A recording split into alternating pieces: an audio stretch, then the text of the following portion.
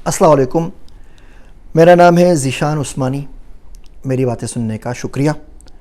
आज हम जिस टॉपिक पे बात करेंगे ये बड़ा ज़रूरी टॉपिक है। उसका नाम है हाउसवाइफ्स क्या करें।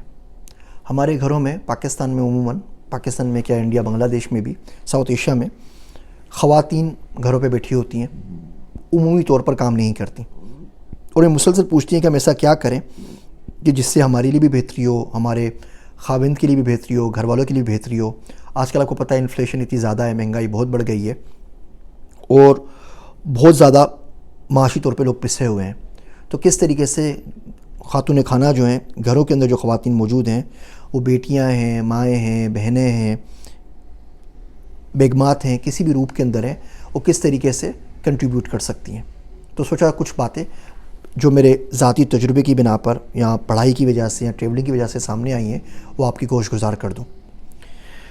सबसे बड़ा काम जो औरतें कर सकती हैं आज के दौर में वो ये हैं कि हस्बैंड का साथ दीजिए, अम्मी अब्बू का साथ दीजिए, भाइयों का साथ दीजिए।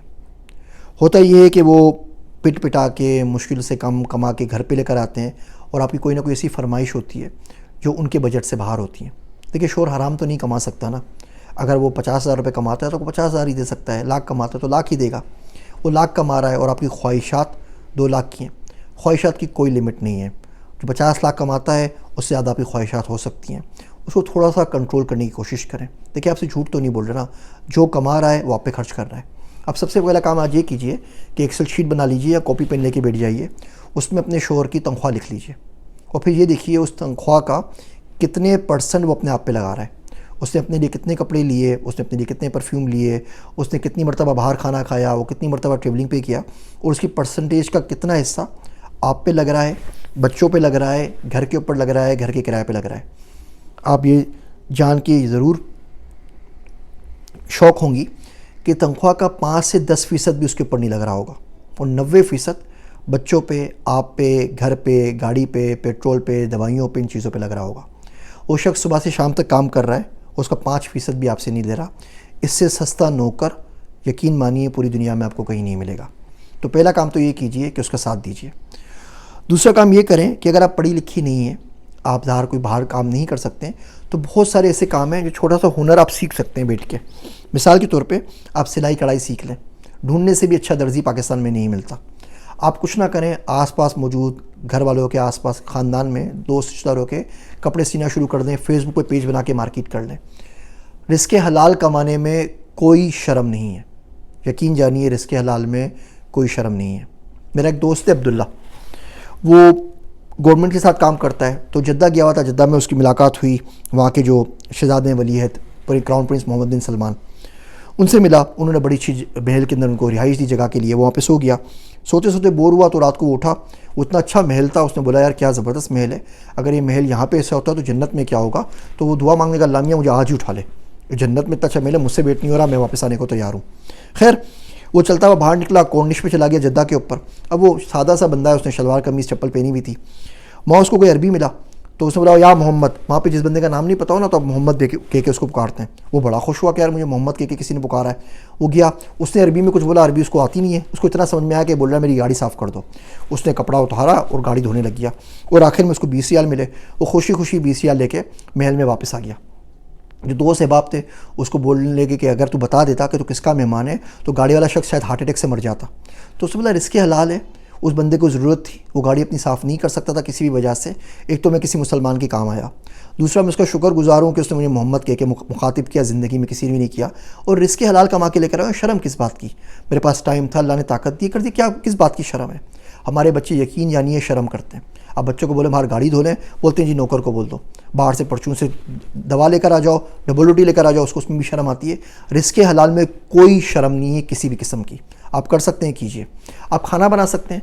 एक कसीर तादाद है हमारे बच्चों की जो दूर दराज गाँवों से पेशावर में, कोयटा में, कराची, लाहौर, इस्लामाबाद में आके रह रहे हैं हॉस्टल्स के अंदर और तरस जाते हैं पूरे पूरे साल, उनको घर का बना हुआ खाना नहीं मिलता। कोविड की वजह से कभी होटल बंद है, कभी महंगाई हो गई है, चाय मेरे ख्याल से 15 रुपये की हो गई है, खाना शायद 80 रुपये का हो गया है। बेचारे कहाँ से अफोर्ड करें। आप टिफ़िन बॉक्स की तरह उनको अगर खाना डिलीवर करने लग जाएँ, आप खाना तो घर पे बनाती हैं ना अपने लिए भी, आप उनके लिए भी बना सकती हैं। आप सिलाई कढ़ाई कर लें, आप कोई छोटा मोटा काम कर लें। ये तो उन लोगों के लिए जो बिल्कुल भी पढ़ी लिखी नहीं है, घर पे बैठी हुई हैं। एक काम आप और भी कर सकती हैं, जा नमाज़ पे बैठ जाएँ। यकीन जानिए सिर्फ दुआ मांगना अगर आपको आ जाए ना, ये इतनी बड़ी स्किल है कि बाकी किसी चीज़ की ज़रूरत नहीं रहेगी। आप कुरान शरीफ तो पढ़ सकती हैं ना, आप तस्बीह तो पढ़ सकती हैं, आप ज़िक्र तो कर सकती हैं। बैठ जाए जा नमाज़ के ऊपर, मांगे दुआएँ पेट भर भर के, झोली भर भर के, हाथ उठा उठा के दुआएं मांगें। क्यों नहीं मांगती? आपके शोर के लिए आसानी हो जाएगी। अगर आप सोप ओपरा ही देखती रहेंगी और आप टीवी के शो ही देखती रहेंगी तो ज़िंदगी किधर जाएगी? अगर आप थोड़ी सी पढ़ी लिखी हैं, आपने 5वीं क्लास भी पढ़ी हुई है, तो आप खान अकेडमी को ज्वाइन कर लीजिए। आज जाके खान अकेडमी में KG क्लास में दाखिला ले लीजिए। देखिए, जब मैं अमेरिका में आया ना, मैं सखर का पढ़ा हुआ हूँ। आप सोचें खुद सखर में कौन से किसी ने इतनी ज़्यादा चीज़ें पढ़ा दी थी जो अमेरिका में काम आए। तो बड़ा परेशान हुआ यहाँ पे आके। पढ़ा हुआ भी उर्दू सिंधी मीडियम के अंदर। हमने तो मसावात, मुसल्लस और ये तमाम चीज़ें पढ़ी थी। जब यहाँ पर आए तो वास्ता पढ़ा हमारी अंग्रेज़ी के साथ। अब क्या करें? तो मैंने खान अकेडमी में एडमिशन ले लिया। KG क्लास से लेके इंटर तक मैंने 3 महीने में कर लिया था। अब लोग देख के मुझे हंसते थे, बोलते थे भाई तुम PhD कर रहे हो फुल ब्राइट स्कॉलरशिप के ऊपर, करो शर्म करो, तीसरी क्लास पढ़ रहे हो। मैं कहा भाई मुझे पढ़ने तो रिवाइज हो रहा ना, रिवीजन हो रहा ना, शर्म किस बात की, इल्म सीख रहा हूँ ना, कोई मसला नहीं है। आप आज जाके खान अकेडमी में KG क्लास में इनरोल हो जाएं, 1-2 घंटे में पास कर जाएंगी। पहली करें, दूसरी करें, तीसरी करें, 12वीं क्लास तक पढ़ लें। अब ये पढ़ के आप ना एक सुपरमैन बन गई हैं, सुपर वुमेन बन गई हैं। उसका फ़ायदा ये हुआ कि आप 12वीं क्लास तक अपने बच्चों को पढ़ा सकती हैं। यकीन जानिए, पाकिस्तान में आप किसी टीचर के पास भी चले जाए ना, वो 5वीं क्लास के मैथमेटिक्स से प्रॉब्लम सोल्व नहीं कर सकता। हमारे स्कूलों में टीचर्स की ये हालत है। और मैं गवर्नमेंट की बात नहीं कर रहा, मदारिस की बात नहीं कर रहा, मैं अच्छे प्राइवेट स्कूल्स की बात कर रहा हूँ। सबसे पहले तो आप सही एजुकेशन अपने बच्चों को दे सकती हैं। उसके बाद फेसबुक पेज बनाएं और बोलें मैं ऑनलाइन ट्यूटरिंग करती हूँ। यहाँ अमेरिका में, UK में पर सब्जेक्ट हम पर बच्चा $100, $150, £150 बहुत आराम से देते हैं। ऐसे आपको 10-12 बच्चे मिल गए ना, तो 3-4 लाख रुपए आप घर बैठ के कमा रही होंगी। सिर्फ बैठ के आपको अमेरिकन करिकुलम के हिसाब से कराना है, उनको पढ़ाना है। और खान अकेडमी के ऊपर अमेरिकन करिकुलम भी है और UK का करिकुलम भी है। यहीं से आपको सारे कस्टमर्स मिलना है। अपने बच्चों को भी पढ़ाएं, मोहल्ले के बच्चों को भी पढ़ाएं और ऑनलाइन बाहर मुल्कों के ममालिक के बच्चों को भी पढ़ाएं। क्या प्रॉब्लम है इसके अंदर? इसके अलावा आप स्किल सीख सकती हैं। देखिए, गुफ्तगू पब्लिकेशन में हमने क्या किया है, हमने 200 से ऊपर किताबें छापी हैं उन तमाम स्किल्स की जो आजकल की ख़वातीन को, लोगों को आनी चाहिए। मैंने पिछले 4 सालों में 176 सर्टिफिकेशंस किए इमर्जिंग टेक्नोलॉजीज़ में। इमर्जिंग टेक्नोलॉजीज़ हैं कितनी? 8 हैं। Data science, artificial intelligence, blockchain, cyber security, DevOps, digital marketing, quantum computing और IoT। तो इसमें 176 सर्टिफिकेशंस किए 21 मुल्कों से और $96,000 बर्बाद किए। और जो कुछ सीखा इन किताबों में लिख दिया, जो 400-500 रुपये में आपके पास अवेलेबल है। आपको किसने मना किया वो किताबें ना पढ़ें? आप डेटा साइंस पढ़ लें, AI पढ़ लें, ब्लॉकचेन पढ़ लें। कामयाब किरदार के ऊपर एक किताब है कि बेसिक बच्चों को जो इथिक्स आती हैं, ये भालू के पास है, ये वाली किताब है, ये पढ़ सकती हैं। ये पढ़ के आप बच्चों को भी सिखाएं, बाकी लोगों को भी सिखाएं। इसमें कितनी आसानी है, उसमें कोई मुश्किल नहीं है। ऑनलाइन क्लिक करके आपके घर पर ऑर्डर हो जाएंगी। 25-30 लाख की डिग्री तो करने का नहीं कह रहा ना, तो अपनी स्किल सीख लें। अल-नाफ़े के ऊपर पहले वीडियो बना चुका हूँ, वुमेन एडवांसमेंट ट्रैक है, कैरियर एडवांसमेंट ट्रैक है, आप उस पर काम कर सकती हैं। तो अपनी आप को अप स्किल करें, लैंग्वेज सीख लें, अंग्रेज़ी सीख लें, बल्डिट से पढ़ लें, किसी और जगह से पढ़ लें, अपने बच्चों को सिखाएं, शोर की हेल्प करें, बाकी भी करें। और कुछ नहीं होता तो कोई ट्रेनिंग्स कर लें। कोर्सेरा है, लिंडा है, EDX है, हार्वर्ड है, दुनिया की कौन सी चीज़ें, वाई कॉम्बिनेटर का पूरा कोर्स पढ़ा हुआ है ऑनलाइन। NIC में जाके आप कोर्स कर लीजिए। आप शोर को बोल सकती हैं बैठ के घर से काम करते हैं, घर से चीज़ें बेच सकते हैं। स्टॉक का काम सीख लें, जो आर्टिफिशियल ज्वेलरी है उस पर काम सीख लें। मेरी बेगम, उन्होंने बैठे बैठे आर्टिफिशियल ज्वेलरीज मंगाई, वो मंगवाती हैं इंडिया से, बांग्लादेश से, पता नहीं कहाँ से, और ऑनलाइन वो Etsy वेबसाइट उस पर बेच देती हैं। स्टॉक के काम में लगे, मैं भी लगा, मेरे पास टाइम नहीं होता, ट्रैवलिंग ज़्यादा होती है। वो 1500 रुपये से उन्होंने काम शुरू किया और वो उन्होंने 18,000 रुपये नहीं मीन्स डॉलर कमा लिए, सिर्फ स्टॉक सीख के, वीडियोज़ ऑनलाइन देख देख, 1 रुपया खर्च नहीं किया है। टाइम आपके पास होता है, वो अल्लाह के वास्ते हाथ जोड़ के कहता हूँ, TV को, मनहूस को अपने घरों से निकाल दीजिए। वो तमाम टाइम जो आप सो अपराज के ऊपर, और वो कौन कौन से वो सास भी बहू थी और CID, कौन कौन से मनहूस प्रोग्राम है, इनको छोड़ दीजिए। अप स्किलिंग के ऊपर लगाइए। आप एक अच्छी माँ बनेंगी, आप एक अच्छी बीवी बनेंगी, अच्छी बहन बनेंगी, अच्छी बेटी बनेंगी, अच्छी मोल्लिम बनेंगी, बाकी लोगों के ऊपर काम करेंगे। दुनिया बड़ी मुश्किल हो गई है, एक बंदा कितनी दूर तक साथ जाएगा? यकीन जानिए, आपको उसको साथ देना है, आपको उसकी मोरल सपोर्ट करनी है, आपको उसकी वेल्थ में सपोर्ट करनी है, हर तरीके से। आप अपनी मिसाल देख लीजिए ना, हमारे दीन से क्या मिसाल आती है। अल्लाह के नबी सल्लल्लाहु अलैहि वसल्लम के ऊपर, हज़रत रिसालत पनाह हज़रत मोहम्मद मुस्तफ़ा सल्लल्लाहु अलैहि वसल्लम के ऊपर जब वही आई तो वो वापस गए ज़म्मुलूनी कहते हुए अम्मा खदीजा के पास।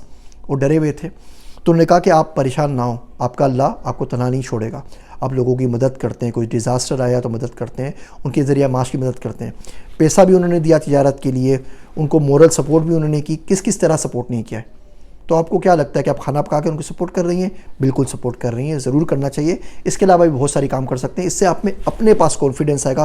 खुदा ना खास्ता आपके शोर चले गए, खुदा ना खास्ता वो किसी और के साथ चले गए, उन्होंने आपको छोड़ दिया, उनकी इंतकाल हो गया, बीमार हो गए, कुछ हो गया, तो आप किस तरीके से कर सकती हैं। ये छोटी छोटी बातें, बहुत सारी लिंक्स यहाँ पे आपसे शेयर कर रहा हूँ, जिसमें आप घर पे रहते हुए, अपनी चार दीवारी में रहते हुए उस चार दीवारी को जन्नत बना सकती हैं, अपने लिए, अपने बच्चों के लिए, अपने माँ बाप के लिए, बहन भाइयों के लिए और बाकी सब लोगों के लिए। उम्मीद है ये छोटे छोटे रिमाइंडर्स आपको समझ में आ रहे होंगे। मेरी बातें सुनने का शुक्रिया।